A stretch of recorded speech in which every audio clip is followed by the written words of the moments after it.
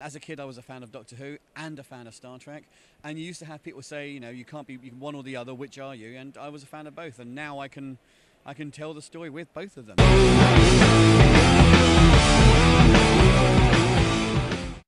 Hi, this is Elazar from Those Video Guys, and I'm here with Tony Lee, writer. How are you doing? Hello, Elazar. How's it going? It's been a while since we last spoke. You came on Talking Who, which was great. We talked about the first half of the Series 6. Yep. What did you think of the second half? I loved it. I thought it was. You knew I was very worried at the end of the first half, but I think they pulled it back. I thought Toby Whithouse's episode was absolutely incredible, and I really like the fact that they've made him the man in the shadows again. I love the fact that everybody believes he's dead, and I think that could make some amazing stories. So we're here at the London Super Comic Con, and there's quite a lot of stalls, but you've been actually working out of 2 stalls. Yes, it looks really empty, but that's because over there you can't see. Stan Lee is on stage, and pretty much the moment they started it, every single person in the entire convention just ran across to the hall. But yes, I've got IDW who are here for the first time, first UK convention.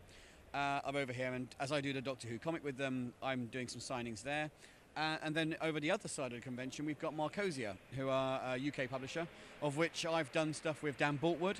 We did Hope Falls together. I also did Harker with them, Midnight Kiss, a whole ton of bits and pieces, and Starship Troopers as well. Well, Markosia is an interesting one. They're a British company.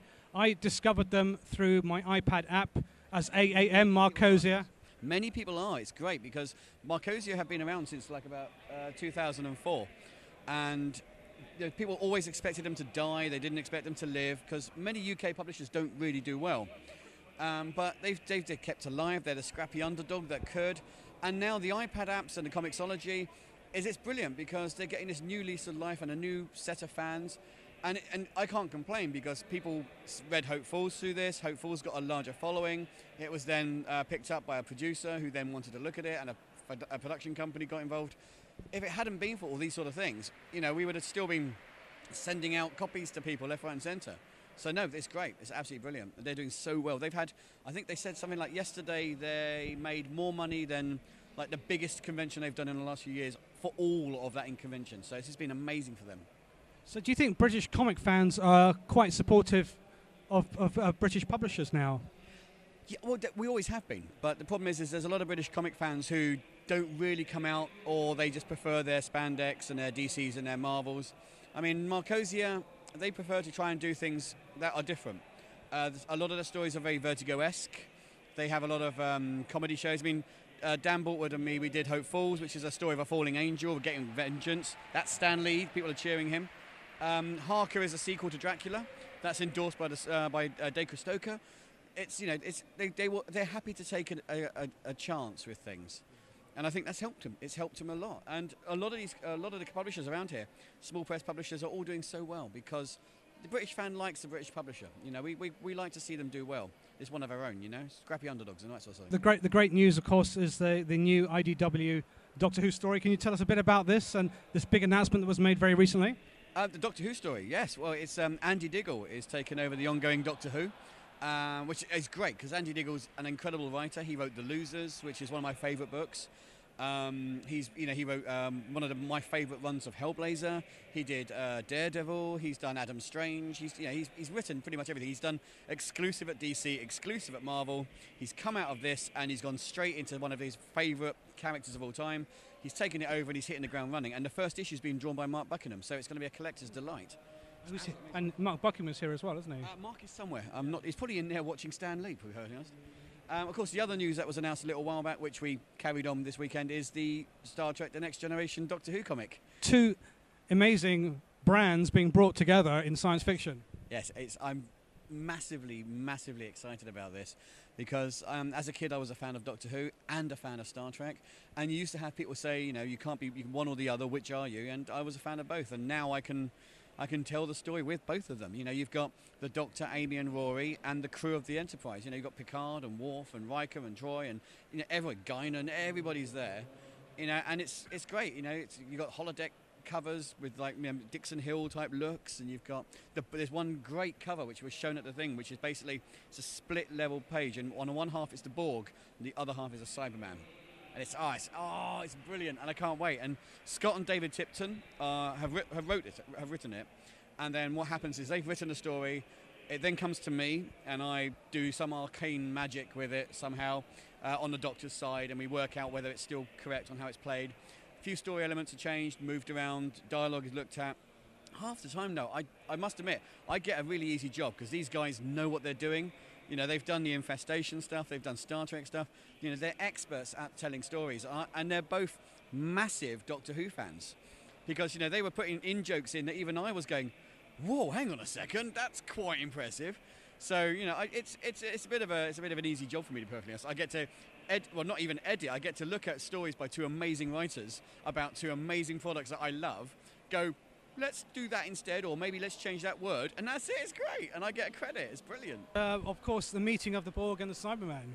Any clues about this yet, or is it spoilers?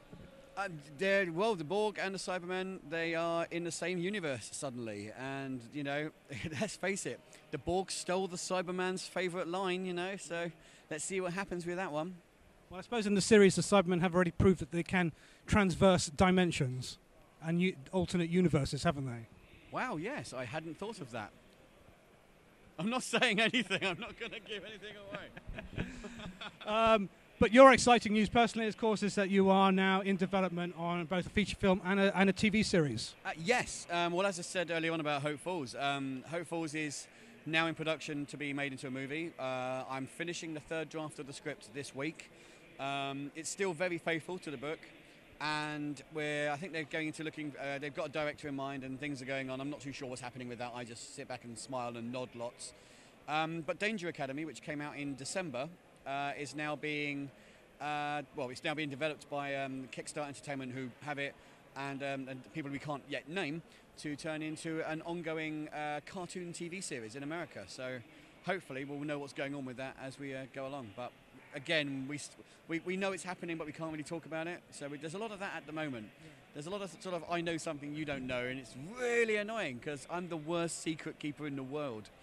So obviously don't tell IDW that because they're here, but you know, but yeah, it's great. I honest to God, if at the end of 2011, I could never have believed how amazing 2012 has been already. We follow your Twitters. If anyone wants to follow you, it's at Tony Lee.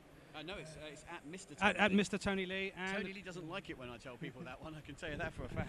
At Mr. Tony Lee, and of course you can get all your updates. And it's been quite an adventure just even following your Twitter. I'm not exactly a shy, retiring person. No, it's just amazing. And this year it's just going to get better and better. So many things are being talked about. We've got Macgyver in the summer, which is being a Macgyver series. Obviously, the Doctor Who, Star Trek Next Generation is doing this. The movies are happening. We've got me and Dan are doing some more stuff that is going to be coming out in the next few months, which we can't talk about at the moment. It's just brilliant. It's absolutely amazing. Okay, then let's say, so you get the call, we want you to do a Macgyver comic book. It's been done. I'm doing it. Absolutely. Okay. Do you get sent all the box sets? Do you have to watch the whole series? No, it's a totally different story. Right. We pitched the Macgyver. Ah, okay. No, MCM Expo last May. I've been saying at Doctor Who conventions around the world, every time there's if you weren't writing Doctor Who would you write? And I always go, Macgyver. And eventually I was sitting at a convention and I said this to Becky Cloonan. And I went, I would kill to do a Macgyver comic. And she was like, so would I.